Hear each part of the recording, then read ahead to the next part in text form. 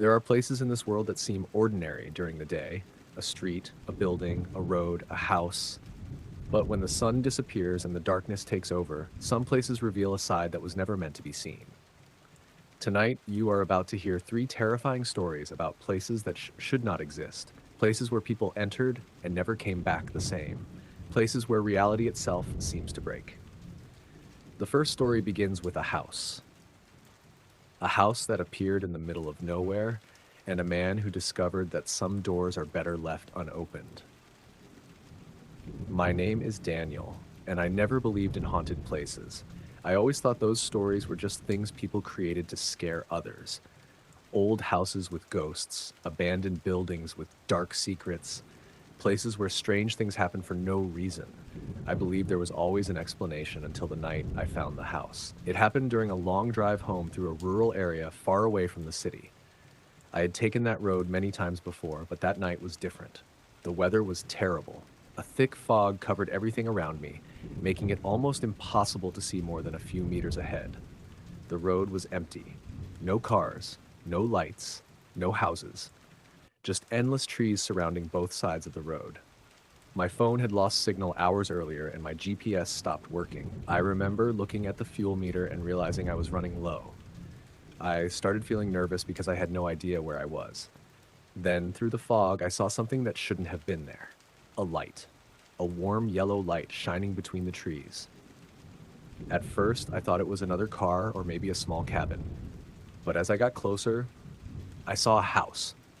A large old house standing alone in the middle of the forest. I was confused because I had driven this road before, many times, and I had never seen any house there. But at that moment, I didn't care. I needed help. I parked my car near the entrance and walked toward the front door. The house looked abandoned. The paint was peeling. The windows were covered in dust. The garden was completely dead. But one thing bothered me. The lights inside were on. I knocked on the door. Nothing. I knocked again. Still nothing. Then, just as I was about to leave, the door slowly opened by itself. I stood there for a few seconds, staring inside. Every part of me wanted to walk away. But the storm was getting worse. I stepped inside. The first thing I noticed was the silence. Not normal silence. A strange silence. The kind where you feel like something is listening to you. The entrance hall was covered with old furniture. There were paintings on the walls, family pictures. Hundreds of them. I looked closer. The pictures showed the same house. But the people in the pictures were different. Different years, different families, different faces. It was like the house had belonged to many people throughout history. I called out, "Hello?" My voice echoed through the hallway. No answer. Then I heard something upstairs. A sound, like someone walking. Slow footsteps. One step, then another. I thought someone was living there. Maybe an old person. Maybe someone who could help me. I walked up the stairs. Each step made a loud noise under my feet. When I reached the second floor, I saw a long hallway with several doors. At the end of the hallway was a mirror. A large, old mirror. I looked at myself, and for a moment, I thought I saw someone standing behind me. I turned around quickly. Nobody was there. I laughed nervously and told myself I was just tired. Then I noticed something strange. The reflection in the mirror was delayed. I moved my hand. My reflection moved a second later. I stepped backward. The reflection didn't. It just stood there, looking at me. I ran away from the mirror and entered the closest room. Inside was a bedroom. On the bed was an old photo album. I opened it. The first page showed the house. The second page showed a family, a man, a woman, and a child. I turned the page. Another family. Then another. Then another. Every picture had the same thing, the house, and every family looked scared, as if they were trapped. Then I reached the final page. My hands started shaking, because the final picture was not old. It was new. It was a picture of me, standing outside the house, taken only a few minutes ago. I dropped the album. There was no possible way. Nobody was outside. Nobody could have taken that picture. Then I heard a voice behind me. A whisper. "You finally came back." I froze. I slowly turned around. An old man was standing in the doorway. I had never seen him before, but he looked at me like he knew me. "Who are you?" I asked. The old man smiled. "You don't remember?" I stepped away. "Remember what?" He looked toward the photograph on the floor. "You were here before." I felt my heart beating faster. "I have never been here." The old man shook his head. Everyone says that at first. Then he walked toward the hallway. I followed him without knowing why. He stopped in front of the mirror. The house doesn't appear to everyone, he said. It appears to people who are looking for a way out. I didn't understand. Then I noticed something in the mirror. The old man wasn't standing beside me. He was standing behind me. But in reality, there was nobody there. I turned around. The hallway was empty. I looked back at the mirror, and the old man was gone. But my reflection was still there. Except it wasn't copying me anymore. My reflection was smiling. I ran. I don't remember how I got outside. I don't remember leaving the house. I only remember waking up inside my car the next morning. The storm was gone. The fog disappeared, and there was no house, only trees. I drove back to the nearest town and asked people about the place. Nobody knew what I was talking about. I showed them the road. They told me there was nothing there. No house, no building, nothing. But one old man at a gas station looked at me strangely. He asked me one question. Did the house let you leave? I didn't answer, because I already knew the truth. The house was never lost. It was never hidden. It was waiting. And even now, sometimes when I drive at night, I see a light between the trees, a warm yellow light. And I know the house is waiting for someone else to open the door. The second story begins on a road that many people refuse to drive on after sunset. A road surrounded by endless trees. A road where people claimed they heard voices calling their names from the darkness. But one driver believed there was always a logical explanation. Until the night, he picked up a passenger who was not supposed to exist. My name is Michael, and I have been driving for almost 10 years. I have seen strange things on the road. People acting strangely. Places that looked abandoned. Cars stopping in the middle of nowhere. But I never believed in ghosts. I was the kind of person who always searched for a normal explanation. If someone said they saw something impossible, I believed they were tired. If someone talked about haunted places, I thought they were imagining things. That changed during one rainy night in November. I was working as a taxi driver in a small town far away from the city. It was almost midnight, and I was finishing my last trip before going home. The roads were nearly empty, the rain was falling heavily, and the streetlights were disappearing one by one as I drove toward the countryside. I remember thinking how strange the area looked. Everything was dark. No houses, no stores, no people, only a long road cutting through the forest. Then I saw someone standing beside the road. At first, I thought it was impossible. Nobody would stand there in that weather. But as I got closer, I saw a man. He was wearing a long black coat. He was completely still, just standing there. Watching my car approach, I slowed down. Something inside me told me not to stop. But I was a taxi driver. Helping people was my job. I pulled over. The man opened the back door and got inside. He didn't say hello. He didn't look at me. He just sat quietly. After a few seconds, I asked, "Where are you going?" The man slowly gave me an address. I recognized the place immediately. An old house at the end of a road called Blackwood Lane. Almost nobody lived there anymore. I had heard rumors about that house.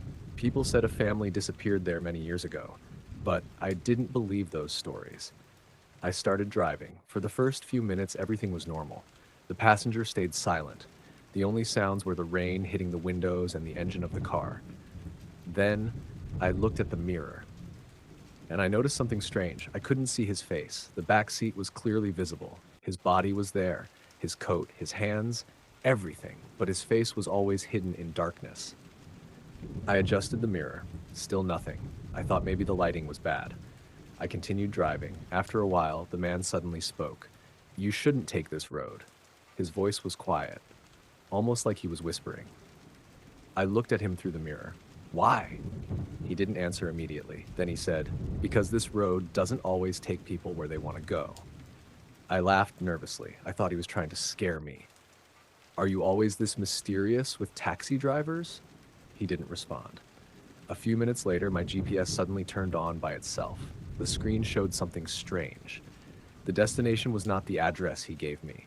It showed my own house. I touched the screen and tried to fix it, but it wouldn't change. Then the passenger said, "Don't look at the GPS." I froze. "How did you know what it says?" Silence. I looked in the mirror again. This time I saw something that made my hands tighten around the steering wheel. The back seat was empty. The man was gone. I immediately stopped the car. I turned around. Nobody. The doors were locked. The windows were closed. There was no possible way he could have left. I got out of the car and searched around. The road was empty. The rain was still falling. There were no footprints. Nothing. Then I heard a sound, a voice, coming from the forest. My name. Michael. I stopped moving. The voice came again. Michael. It sounded exactly like the passenger. I got back into the car and drove away as fast as I could. I didn't care about the destination anymore. I just wanted to leave that place. The next morning, I tried to convince myself it was just exhaustion. Maybe I imagined everything. Maybe I was tired. Maybe the stress was affecting me. But then I noticed something. The back seat of my taxi was wet. There was a dark mark on the seat, like someone had been sitting there for hours. I went to the address the passenger gave me. I wanted answers. The house was real. An old abandoned house surrounded by broken trees. I knocked on the door. An elderly woman from the neighboring house came outside. She looked at me strangely. "Why are you here?" I told her about the passenger, the man in the black coat, the address, the ride. Her face changed immediately. She became pale. "What did he look like?" I hesitated. "I don't know." The woman stared at me, because nobody knows. I didn't understand. She explained that many years ago, a man named Thomas lived in that house. One night, he disappeared while walking home. The police searched everywhere. They never found him. But after his disappearance, people started seeing him on the road. Always during storms. Always asking drivers to take him home. I felt my stomach drop. "That's impossible." The woman looked at my car. Then she said, "Did he tell you not to take the road?" I couldn't answer, because he did. She looked away. "Everyone who picks him up hears the same thing." I asked, "What happens to the drivers?" She stayed silent for a moment, then she said, "Most of them never come back." I left immediately. I never drove that road again. I quit my job as a taxi driver a few months later. I thought everything was over, until one night, I received a message from an unknown number. It only contained one picture, a picture of my taxi, taken from the back seat. I stared at it. My car was empty, except for one thing. On the window was written, "Thank you for taking me home." I changed my phone number. I moved to another city. I tried to forget everything. But sometimes when I drive at night, especially when it rains, I look in the rearview mirror, and for a split second, I see a man sitting in the back seat, wearing a black coat, waiting for me to ask one question. "Where are you going?" The third story is about a place that was never supposed to exist, a place hidden inside a building, a place that appeared only for a few seconds, a place where people discovered something terrifying. Because sometimes the most dangerous things are not hidden in abandoned houses or dark forests. Sometimes they are waiting somewhere we enter every single day. This is the story of the elevator that stopped on a floor that didn't exist. My name is Ethan, and I used to work as a security guard in an old office building downtown. The building was nothing special. It was just another tall concrete structure surrounded by hundreds of others. Thousands of people entered it every day. Employees, visitors, cleaning workers. Nobody thought there was anything strange about it. But the building had one secret. A secret that nobody talked about. The elevator. The building had 12 floors. Everyone knew that. The buttons inside the elevator went from 1 to 12. There was no 13th floor, no hidden offices, no extra rooms. At least, that's what everyone believed. I started working the night shift because I preferred quiet places. During the day, the building was full of noise. Phones ringing, people talking, doors opening and closing. But at night, everything changed. The empty hallways, the dim lights, the sound of footsteps when nobody was there. It was peaceful. Until my third month working there. That was the night I saw something impossible. It was around 2:30 in the morning. I was sitting at the security desk watching the cameras. The building was completely empty. Then one of the cameras caught something strange. The elevator on the first floor opened. Nobody entered. Nobody left. But the elevator doors stayed open. I thought it was a technical problem. I grabbed my flashlight and walked toward it. When I arrived, the doors were still open. The inside lights were flickering. I pressed the button for the ground floor. Nothing happened. Then suddenly, the doors closed. The elevator started moving. I looked at the numbers above the door. Second floor, third floor, fourth floor. It stopped. I waited. The doors opened, but I was not on the fourth floor. I was looking at a hallway I had never seen before. The lights were old. The walls were damaged. The air smelled like dust and something rotten. I checked the elevator display. The number was impossible. 13. My first thought was that I was dreaming. The building didn't have a 13th floor. I quickly pressed the button to close the doors. But before they closed, I heard something, a voice, coming from the hallway. Wait! I froze. The voice sounded like someone asking for help. I should have ignored it. I should have closed the doors, but curiosity is a dangerous thing. I stepped outside. The elevator doors closed behind me. The hallway was completely silent. There were old office doors on both sides. Every door had a number. 13A, 13B, 13C. The building was supposed to be modern, but this place like it had been abandoned for decades. I walked slowly. Then I noticed something. There were pictures hanging on the walls. Pictures of the building. But they were old. Very old. One picture showed the building being constructed. Another showed workers standing outside. I moved closer. Then I saw something that made my blood run cold. In the picture, standing among the workers, was me. I dropped the flashlight. I stared at the picture. It was impossible. I wasn't even born when that photo was taken. I backed away. Then I heard footsteps behind me. Slow footsteps. I turned around. A man was standing at the end of the hallway. He was wearing a security guard uniform. An old one. "Who are you?" I asked. The man didn't answer. He just looked at me. Then he said, "You shouldn't be here." I wanted to run, but my legs wouldn't move. "What is this place?" The man looked around. "This is where everyone ends up." I didn't understand. "Everyone?" He nodded. "People who disappear inside the building." My heart started racing. "What are you talking about?" The man pointed toward the doors. "Look inside." I didn't want to, but I opened one of the doors. Inside was an office. There were desks, computers, papers. Everything looked normal, except for one thing. Every desk had a name tag, and every name belonged to someone who had disappeared from the building. People who were reported missing. People nobody ever found. I closed the door immediately. The man looked at me. "Now you understand." I stepped back. "I need to leave." He smiled sadly. "Everyone says that." Then the lights went out. Complete darkness. I heard movement around me, many footsteps, whispers, voices coming from every direction. Then someone whispered my name. "Ethan." I turned on my flashlight. The hallway was empty. The security guard was gone. But at the end of the hallway, the elevator doors were open. I ran toward them. I entered and pressed the button for the first floor. Nothing happened. The display changed. 13, 12, 11, 10. Then it stopped. The doors opened. I was back in the lobby.